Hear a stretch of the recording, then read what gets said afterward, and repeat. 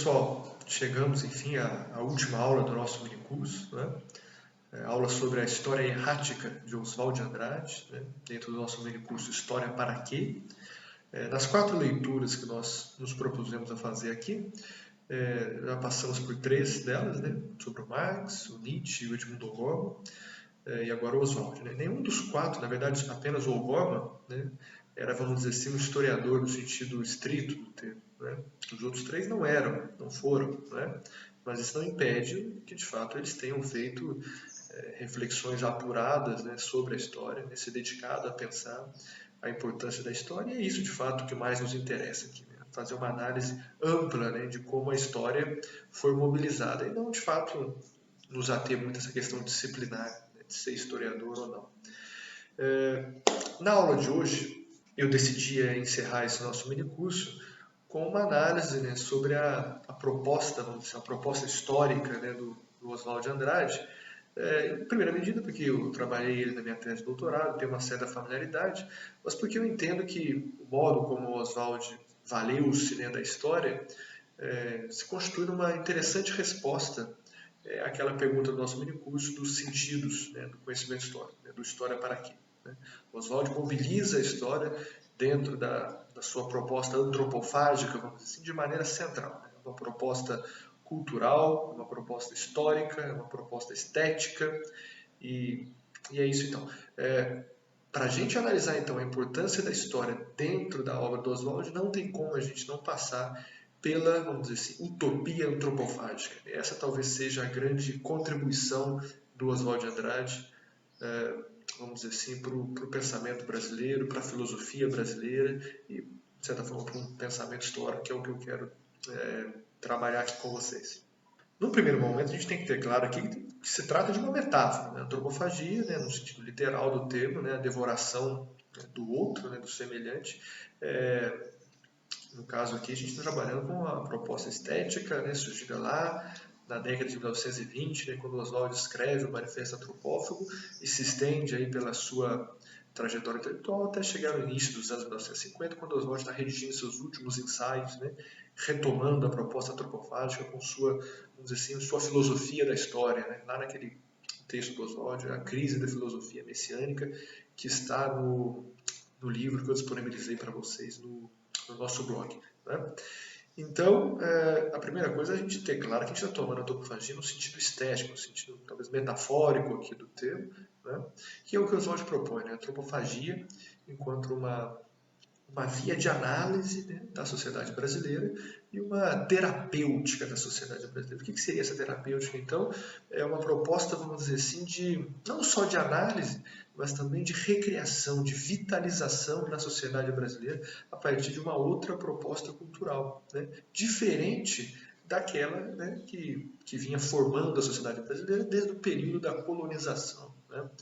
Com essa proposta da antropofagia, o Oswald quer fazer vamos dizer assim, uma análise crítica, né, e vitalista dos efeitos duradouros, dos efeitos longevos, né, da colonização para a sociedade brasileira. E aqui eu estou me remetendo, de certa forma, àquela mentalidade bacharelesca, né, de certa elite brasileira, de estar sempre se remetendo ao outro externo, ao europeu, ao norte-americano, para justificar suas próprias posições, né? O que de alguma forma traduziria uma certa paralisia cultural da sociedade brasileira, né? Que renegaria seus elementos internos, que renegaria sua potência criativa própria, né? Pela sua formação cultural, para valorizar muito mais o elemento externo, o elemento europeu. A gente tem que ter claro aqui, porém, que não se trata, nesse caso, de uma proposta assim, de nacionalismo barato do Oswald, né, que se trataria simplesmente de uma valorização do próprio face à negação do outro. Não se trata disso. Né? A proposta antropofágica envolve muito mais aquilo que o Oswald está chamando de uma devoração do outro, uma devoração das virtudes do outro. Né? A antropofagia só é praticada quando o outro é virtuoso, né? Quando de fato ele tem algo, vamos dizer assim, importante, né? Algo valoroso a contribuir, né? Por isso ele é devorado, né? Entre aspas, né? Aquela clássica passagem do Manifesto Antropófago: só me interessa o que não é meu, lei do homem, lei do antropófago. Né? Então o que a antropofagia propõe aqui é a criação a partir de múltiplas referências. Né? O Oswald sempre fala que enfim, é uma junção assim, tanto do civilizado, entre aspas, quanto do primitivo, também, entre aspas. Oswald toma esses conceitos, que são extremamente carregados, né, de preconceitos também, mas no sentido, vamos dizer assim, provocativo do termo. Né? Essa junção entre elementos do passado, do presente e do futuro, entre elementos de culturas díspares, né, que seria propriamente a força da proposta antropofágica. É claro que nos trata aqui também de uma negação das assimetrias. Né? Oswald tem muito claro para ele que nos trata de igualar, de fazer uma grande mix cultural aqui que fosse, vamos dizer assim, igualar enfim, experiências, sociedades, experiências históricas que de fato trazem elementos distintos, né? Vêm de outros movimentos históricos. Quando Oswald se remete, por exemplo, ao primitivo, ele sempre diz que se trata de uma ida, né, e não um regresso ao primitivo. Então ele vai jogando com essas dimensões do passado, assim, no sentido que o primitivo teria algo fundamental para contribuir para a civilização contemporânea, mas não se trata de um regresso, né, não é um certo tipo de melancolia que Oswald está propondo aqui de volta ao passado. Né, não se trata disso, tanto é que a sua fórmula clássica, né, que vai deixar ele bastante conhecido também, é de um bárbaro tequinizado. Né? Oswald nunca renegou a técnica, as contribuições da civilização tecnológica moderna. Não é?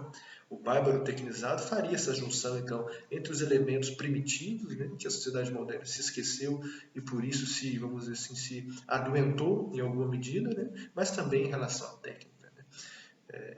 Essa é a proposta do bárbaro tequinizado como junção de tempos históricos, propriamente. Uma passagem que sintetiza bem, né, essa proposta cultural surgida já, na verdade, lá no Manifesto da Poesia Pau-Brasil, em 1924, é a seguinte, né, abre aspas para o Oswald, né, lembrando sempre que a poesia Pau-Brasil, né, a forma poética do Oswald sempre traz esses trechos curtos, né, vamos dizer assim, quase que telegráficos, né, de mensagens jogadas ao ar. Assim. Então vejam bem, abre aspas para o Oswald. Temos a base dupla e presente, a floresta e a escola, a raça crédula e dualista e a geometria, a álgebra e a química, logo depois da mamadeira e do chá de erva doce. Um misto de dorme-nenê que o bicho vem pegar e de equações.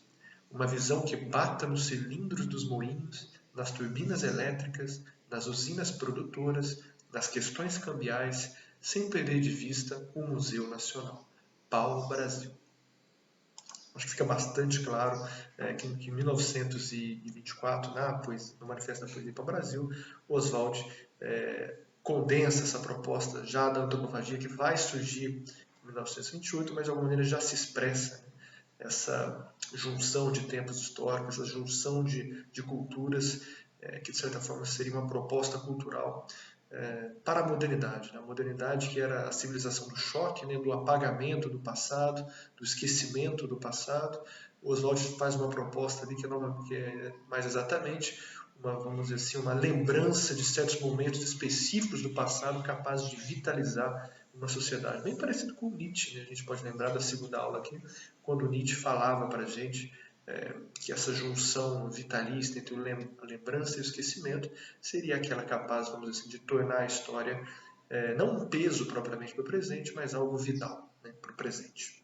Em 1928, no Manifesto Antropófago, Oswald talvez rompe um pouco com essa posição bastante ecumênica, né, de junção de opostos, para propriamente fazer uma defesa da experiência ameríndia, né, que se deu propriamente no futuro território brasileiro, e critica de forma mais, vamos dizer assim, ardorosa a experiência, vamos dizer, da colonização portuguesa no Brasil, a influência, vamos dizer assim, problemática que tanto a religião católica quanto a colonização portuguesa e europeia tiveram a longo prazo na sociedade brasileira. No entanto, o que mais importa para a gente aqui é essa, vamos dizer, essa proposta cultural da antropofagia, o lugar assumido aqui pelo outro. Né? Esse outro capaz, vamos dizer assim, de tensionar, de ser retomado nesse outro que estava obscurecido pelas narrativas e pela experiência histórica moderna, ele é capaz de ser retomado, especialmente a partir do Manifesto Antropófago, mas também nos ensaios posteriores, de maneira a tensionar, de maneira, vamos dizer, a desestabilizar a identidade no presente. Né? O outro, a alteridade, é o elemento fundamental, né, da proposta antropofágica, né? A gente pode definir a antropofagia como uma forma, uma certa forma, uma teoria cultural, né? Uma teoria da alteridade, em algum medida, né? E isso é fundamental para a gente, porque daqui decorre a principal proposta do Oswald, vamos dizer assim, para a história, né? Que é o que vai surgir depois, lá nos ensaios tardios dos anos 50, na crise da filosofia messiânica, no que ele define como a história errática, né? Seria a missão propriamente dessa história errática a recuperação do outro, né? Dessas narrativas obscurecidas que, lá, né, nas décadas iniciais do século XX, né, com a modernidade, com a São Paulo de Oswald de Andrade em plena modernização, em plena industrialização, né, fazendo, vamos dizer, um louvor à sociedade, à civilização moderna, né, Oswald apresenta o primitivo, ou apresenta, vamos dizer assim, esses outros da história, né? Muitos diriam aqui uma proposta decolonial avant la lettre, né? Mas seria então essa história errática aquela capaz, né, de retomar essas experiências obscurecidas do passado, né? Tem um termo que o Oswald cria que é aquele do esquinas da história, né? A gente pode imaginar a história como, de alguma maneira, algo linear, né? Algo linear que chega em determinado momento, alguma esquina dessa história, alguns troncos, né, desse galho fundamental meio que se perdem, né? Esses troncos se perdem, deixam de fazer parte propriamente desse caminho, vamos dizer assim, entre aspas, né, natural da história, muitas aspas nesse natural, e é propriamente nesse entroncamento aqui que o Oswald estaria interessado, né? Que tipo de história se perdeu, não seguiu com esse tronco, mas que pode hoje ser tematizada, ser recuperada, saída do obscurecimento que essa história estava, né? Para o Oswald, vamos dizer assim, a ciência histórica disciplinar, né, aquela capaz de produzir a narrativa oficial, ela não seria capaz de recuperar esses momentos obscurecidos do passado. Ela estaria preocupada propriamente com esse movimento, vamos dizer assim, mais canônico da história, né, com as narrativas da superfície política, narrativas mesmo das transformações sociais, mas que não se atentariam propriamente por essa capacidade sediciosa do passado, né? Essa capacidade do passado ser retomado e reinventar e reconfigurar o presente. Essa seria a grande força da história para Oswald, né? Não é uma história narrada simplesmente do ponto de vista da anedota que fica na anedota mesmo. Ainda que o Oswald explore muito o xiste, né, a piada, a anedota, é sempre com uma intenção provocativa, né, Oswald? É isso que a proposta antropofágica envolve, né? Além de ser uma proposta estética, é uma medida, uma proposta histórica e política, né, no sentido amplo do termo político, né? Não político partidário, mas político no sentido relacionado aos assuntos humanos, né, propriamente. E ética, em alguma medida também, né? Se a gente se atentar por esse fato, ela está preocupada não com o passado hegemônico, mas com o passado obscurecido, não é? Mas quais seriam, então, esses elementos que, para Oswald, em alguma maneira, simbolizariam esse passado obscurecido, né? Aqui a gente tem que estar bastante atento, porque o Oswald tem uma filosofia da história bastante própria, assim, né?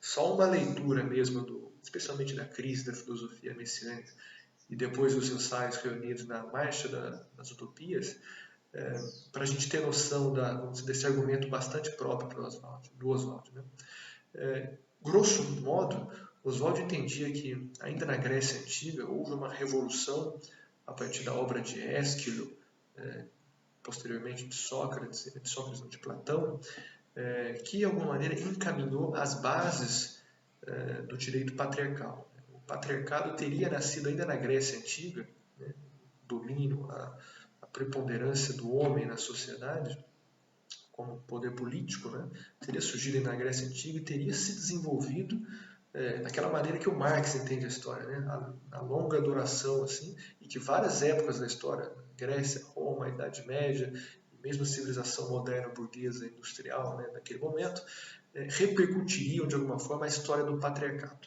né, a história de um longo domínio do direito patriarcal e da dominação do homem, né, nas várias sociedades. É evidente que isso possui vários furos, vários problemas, essa filosofia da história do Oswald de Andrade, né? Mas ele toma isso como hipótese para dizer que desde a Grécia Antiga e passando por outras experiências da história, mesmo experiências, enfim, africanas e ameríndias, haveria vamos dizer assim, haveriam experiências soterradas relacionadas, por exemplo, ao matriarcado, né? Sociedades que se organizavam através do matriarcado e que, de certa forma, foram esquecidas por essa narrativa oficial e que só uma história errática, uma história atenta não ao tronco, mas aos galhos propriamente da história, seria capaz de recuperar essa experiência, seria capaz de mostrar que se essas experiências históricas já foram possíveis um dia, elas podem ser possíveis novamente. Né? O matriarcado, a experiência do ócio, a experiência do lúdico, né? A experiência da cordialidade, né? O Oswald está muito atento aqui ao debate da cordialidade junto com o Sérgio Buarque de Holanda nos anos 30 e 40. Né? Então, são esses elementos da história, né? Especialmente aqueles de natureza ameríndia também. Né? O Oswald leu muitos cronistas coloniais a respeito da experiência ameríndia aqui no Brasil. Seriam aquelas experiências propriamente capazes de serem retomadas hoje e tensionar esse caminho da história oficial. Como isso apareceu, por exemplo, né, no Manifesto Antropófago? Né? Isso apareceu em trechos como esse aqui que eu vou citar para vocês. Abre aspas para o Oswald, então. Contra as histórias do homem que começam no Cabo Finisterra, o mundo não datado, não rubricado, sem Napoleão, sem César. Né? Então, assim, primeiro que Cabo Finisterra, aqui nós estamos se referindo a um cabo no extremo oeste da Espanha, que, pelo seu próprio nome, Finisterra, né, demarcava o fim da Terra, do planeta, até aquele momento, quando se descobre a existência de um novo continente, e por isso que a Terra não termina naquele cabo, né, no limite ali entre Espanha e Portugal, mas sim que há um novo continente. Então, contra as histórias do homem que começam no Cabo Finisterra, contra as histórias, provavelmente, do homem que estão atentas apenas na dimensão, vamos dizer assim, europeia da história. Né? E contra isso, então, o que se apresenta? Se apresenta um mundo não datado, um mundo não rubricado, ou seja, um mundo que não foi propriamente descrito, né, pela narrativa oficial da ciência histórica, né, pela narrativa disciplinar da ciência histórica. Daquele mundo que não está datado, que não está dentro de uma cronologia conhecida, né, não está rubricado pela história oficial. Então é uma coisa meio assim de jogar contra, né? Contra tal história, eu te apresento tal história aqui, né? E aí, sem Napoleão, sem César, duas grandes figuras, vamos dizer assim, dessa narrativa mais superficial da história política, assim, dois personagens bastante conhecidos desse tronco que seguiu da história. Então, contra essas narrativas de grandes lideranças da história humana, né, se apresenta uma outra história capaz de escavar experiências, né, propriamente, que viriam para apresentar o outro e tensionar a história. Então, é disso que a gente está falando aqui, né, da história como tensionamento permanente, como desafio permanente, como provocação permanente à sociedade presente, né, à crítica do presente. E é disso que eu acho o ponto fundamental que a gente pode, enfim, começar a encaminhar a nossa conclusão aqui. E utopia, né? Por muito tempo, né, até hoje, inclusive, o sentido de utopia que a gente escuta, né, que a gente vê mobilizado por aí, é aquele de uma imagem vaga de futuro, né? Você está sendo muito utópico, quer dizer que você está sendo muito não está se preocupando com as condições imediatas e objetivas do presente, né? Está se dedicando apenas a uma vaga imagem de futuro. Né? Muito tempo o significado de utopia foi esse. Oswald conhecia, né, a tradição lá, desde Thomas More, enfim, de outros pensadores que se dedicaram ao tema da utopia. E ele sabia que a utopia não se dirige somente ao futuro, mas a utopia se dirige, em alguma medida, ao passado e também ao presente. Né? E a relação entre história e utopia aqui no Oswald vai ser fundamental. A utopia antropofágica é aqui, então, uma crítica do presente. Né? A utopia antropofágica, vejam só que junção interessante. Ela se vale do passado, né, de dadas experiências históricas soterradas e obscurecidas, para projetar uma certa imagem de futuro, mas que, em última instância, está fazendo a crítica do presente, né? Tensionando os elementos fundamentais daquela sociedade que Oswald vivia ali, seja na São Paulo moderna, se urbanizando dos anos 20 e 30, seja da sociedade moderna como um todo. Né? Então, essa junção das 3 dimensões temporais, passado, presente e futuro, né, que se trata aqui. Então, é esse o arranjo temporal, de certa forma, que a antropofagia mobiliza e que nos leva, então, à conclusão, né, da nossa aula aqui, quando a gente se pergunta: história para quê? Né? No caso da antropofagia, então, a história tem como grande finalidade a recriação do presente. Né? E não necessariamente precisa ser aqui a narrativa oficial, aquela história tal qual a gente conhece. Pode ser a história enquanto provocação ficcional, enquanto provocação de futuro, utópica, não é? Mas a história que é mobilizada para se evidenciar os limites, as fissuras, os problemas, né, do presente. Cabe também mais uma conclusão aqui, que é aquela de que a antropofagia não é puro símbolo de brasilidade. Né? Não se trata disso. Não só o brasileiro é capaz de ser antropófago. Né? O antropófago é um desafio para a civilização moderna como um todo. Né? A antropofagia representa esse desafio. Não era só a sociedade brasileira que estava, em alguma medida, decadente. Né? Decadente porque Oswald era leitor de Spengler, né? Que, em alguma medida, previa ali a decadência da civilização europeia e da civilização moderna, de certa forma. Né?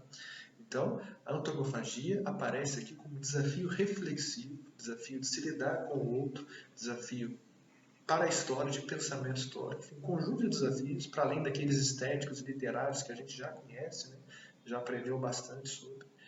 Então, essa era a proposta da antropofagia. Não uma proposta identitária, no sentido de, veja como são os antropófagos brasileiros, e acaba descambando no nacionalismo, né, vulgar, como vários, né, da geração do Oswald descambaram, né, especialmente lá do grupo do Manta, né, do Cassiano Ricardo, do Plínio Salgado, enfim.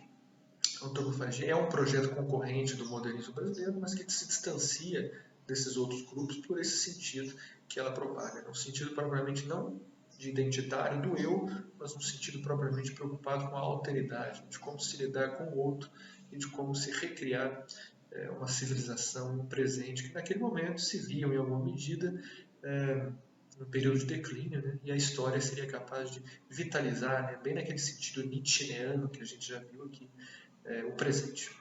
Então é isso. Pessoal, quero agradecer então aqueles que seguiram aqui as 4 videoaulas, né? Gostei bastante dessa experiência, está sendo bem novo para mim essa possibilidade de trabalhar com o YouTube, né? Com as redes sociais, e quem sabe esse seja apenas nosso primeiro minicurso de outros que virão adiante, né? Eu registro então que peço que vocês se inscrevam no nosso canal da História Wenca agora, novos vídeos e minicursos em breve serão disponibilizados. Né? Agradeço pela atenção de todos. Relembro que outras informações sobre o minicurso estão no nosso blog e na ementa, né, que também está lá no blog. E outras dúvidas mais específicas, né, podem ser encaminhadas para o e-mail mauro.neto@ueng.br. Um abraço e até a próxima.